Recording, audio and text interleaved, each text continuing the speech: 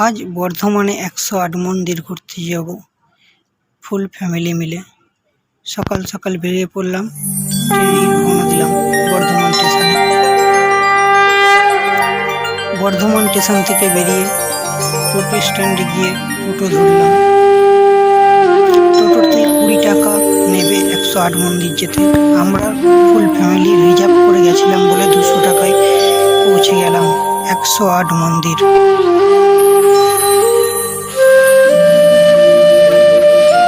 মন্দিরে প্রবেশ করলাম, 108 মন্দির বর্ধমান।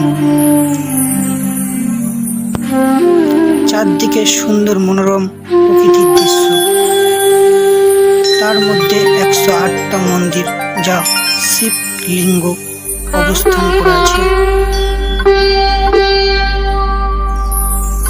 বর্ধমান শহরে একটি খুব সুন্দর ঘুরবার মতো বা পুজো আজা দেওয়ার মতো জায়গা 108 মন্দির। আপনারাও আসতে পারেন এখানে ঘুরতে। খুব সুন্দর একটা মনোরম আবহাওয়া এখানে কাজ করে বা মানসিকতা ঠিক থাকে। এটি বর্ধমান শহরে অবস্থিত।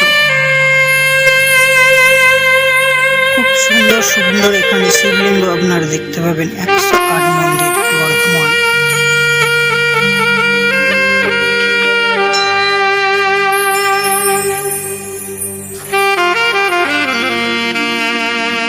ধীরে ধীরে আমরা মন্দিরের ভেতর প্রবেশ করলাম। খুব সুন্দর একটা শিবলিঙ্গ অবস্থান করে আছে।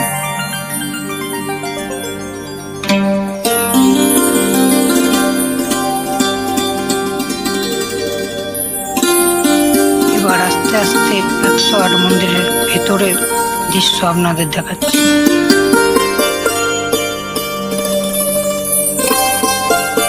ধীরে ধীরে আমরা আগের দিকে এগোতে থাকলাম।